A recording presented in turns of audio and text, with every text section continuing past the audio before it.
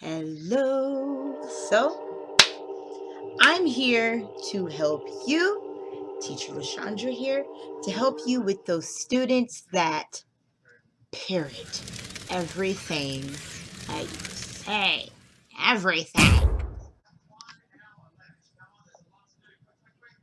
Hello. Hello. How are you? How are you? I'm fine. I'm fine. No. I say hello and you say,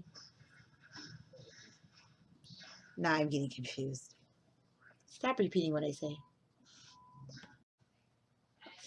Hi. Do you like apples? Do you like apples? Do you like apples? Do you like apples? No. Do you like apples? Do you like apples? Do you like Okay, so now you get those students that parrot. They repeat everything you say, every question you say. When you say, okay, let's read this, and they say, okay, let's read this. I'll give you a little bit of insight. Insight. Yes, insight. I'm done. Okay. A little bit of insight, okay? Now, a lot of the traditional Chinese classrooms that teach English, what they do is they encourage the parroting. They really do. So the teacher would say something, the students say something, the teacher would show it on the board, the students say it, teacher says it, students say it, teacher shows it, students say it. And so that's how they're practicing recognizing the words, pronunciation, and they just repeat. They just repeat what the teacher says. They don't have a lot of real dialogue. Now, there are some, some teachers that are not part of the traditional Chinese classroom teaching English, that they actually expound and teach them dialogue. But one of the main things that you will notice is when you ask your student, how are you? The default response is, I'm fine, thank you. And you? So they could be like feeling like poo, poo, patoo. And they're conditioned to say, I'm fine, thank you. And you? And so it's up to us to kind of unlock that and get them to not repeat, but to really converse. So I'm going to give you some tips on how you can do that. Okay, so one tip, when you're asking them a question like, do you like bananas? Do you like bananas? And then they're saying, do you like bananas? Then take pause there, and then break it up. Say, I like bananas. Yes. Teacher LaShundra likes bananas. Say the kid's name is Michael. Michael, do you like bananas? Yes or no?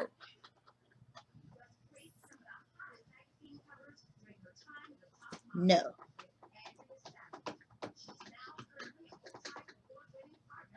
And then you're waiting for an answer. Then they're kind of computing like it might not be immediate where they catch on, but with practice, they'll get it. It will click.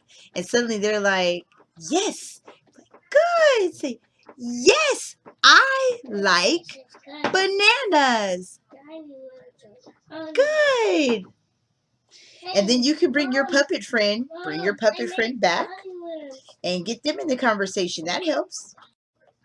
So for example, do you like bananas? Bananas. Yes. Yes. Or no? No. Jude's in here having a lesson too, I guess. He's repeating after me. So when they're saying yes or no, then role play. Do you like bananas?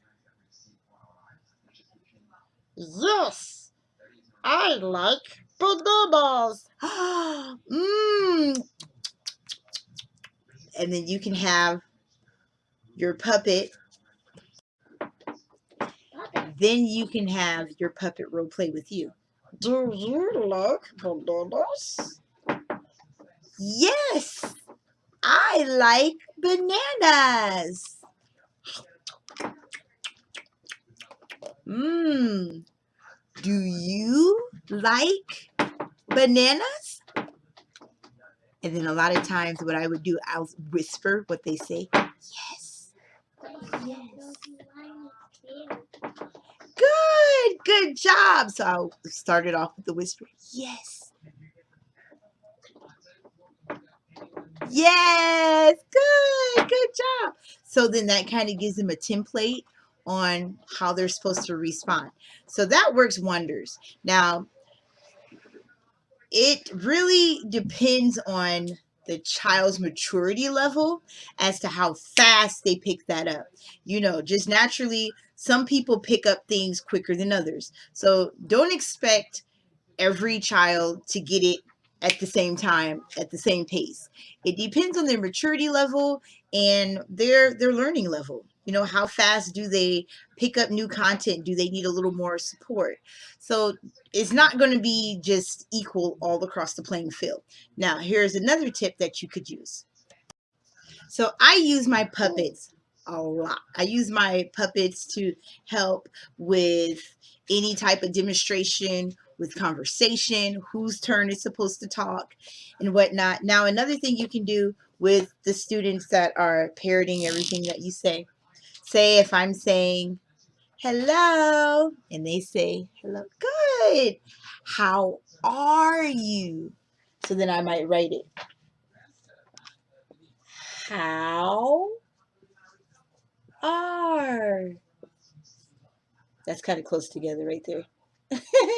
How are you? How are you? How are you? And then have them see the words.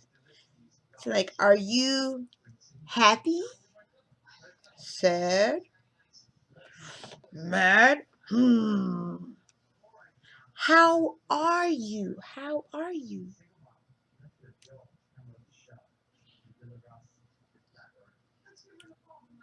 And then sometimes they'll pick up, and then if they're looking and they're like, and I'm like, are you happy? Yes, say, I'm happy. How are you? I'm happy. Good. And then I will ask them again, how are you? I am good. Happy. Yes, good job. Good. And then we might go on and do something. I'd be like, okay.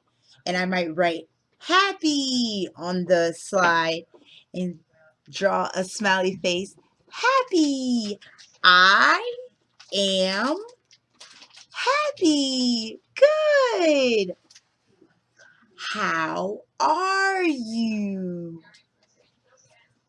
And then if they say how, I go, I am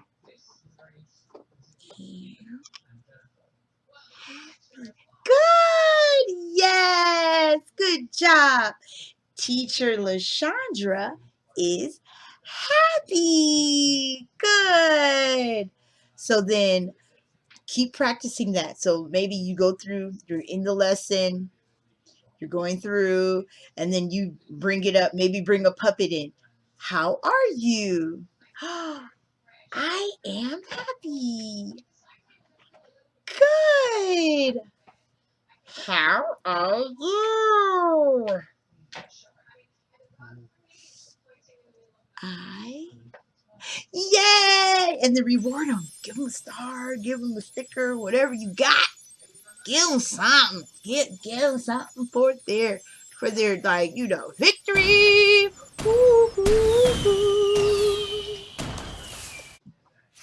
One thing that's important, be patient. When I was a mentor teacher and I was monitoring classes, there were times where I saw it seemed like teachers were just giving up. They were like, don't do that. Don't show them that you're getting frustrated or you're just like, why don't they get it? Don't do that. So, or I've even seen teachers go, so when they're making mistakes, don't show disappointment, don't show frustration, because that would make them lose confidence in their skills. Whatever little bit of confidence they did have, it could make them lose confidence, or even worse, maybe not worse, but it could also cause them to have behavioral issues in the class. They will lose respect for you as the teacher if you're showing displeased emotion towards their efforts. So just be encouraging and, okay, one more, ready, and then go through it again. Now, you don't want to spend like 10 minutes on the same thing, because then they could get frustrated, and then they could just stop wanting to talk, or start acting up because they're tired of hearing the same thing over and over again. So give them a break. Go move on, and you can revisit it. But with patience, I'm telling you, I have broken every parroter. Every one of them. Now, some of them, it was like within the same lesson. Now, that's like super victory.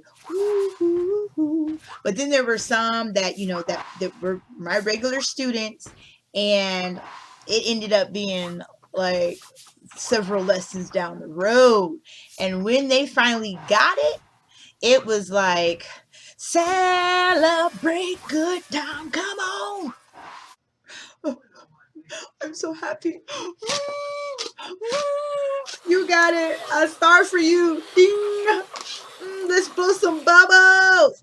Woohoo! Bubble party. And we're blowing bubbles. I mean, we gonna all out celebrate. Yeah.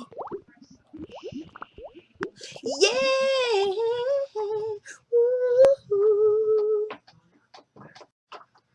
So that's one reason why puppets are encouraged. Now, you don't have to even be fancy. You can go like this. Hello. You can do one of these type of numbers. Or who remembers how to do this? Hello. Hello. Hello. Draw some eyeballs on that thing. Make your own hand puppet. How are you? It can eat the banana too.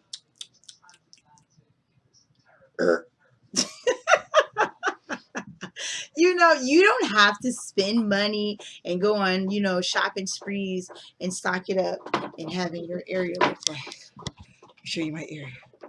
Ooh, Lord Jesus, deliver us. Yeah, your area doesn't have to look like that. I have a problem. Okay, so hopefully these tips have helped you. Puppets, patience, whiteboard is magic. You can even make flashcards. I think I dropped my marker, but you can make flashcards, especially because how are you? I am happy. I am sad. I am angry. I'm hungry. I'm hungry, or I'm thirsty. That's actually a lesson, with the different feelings.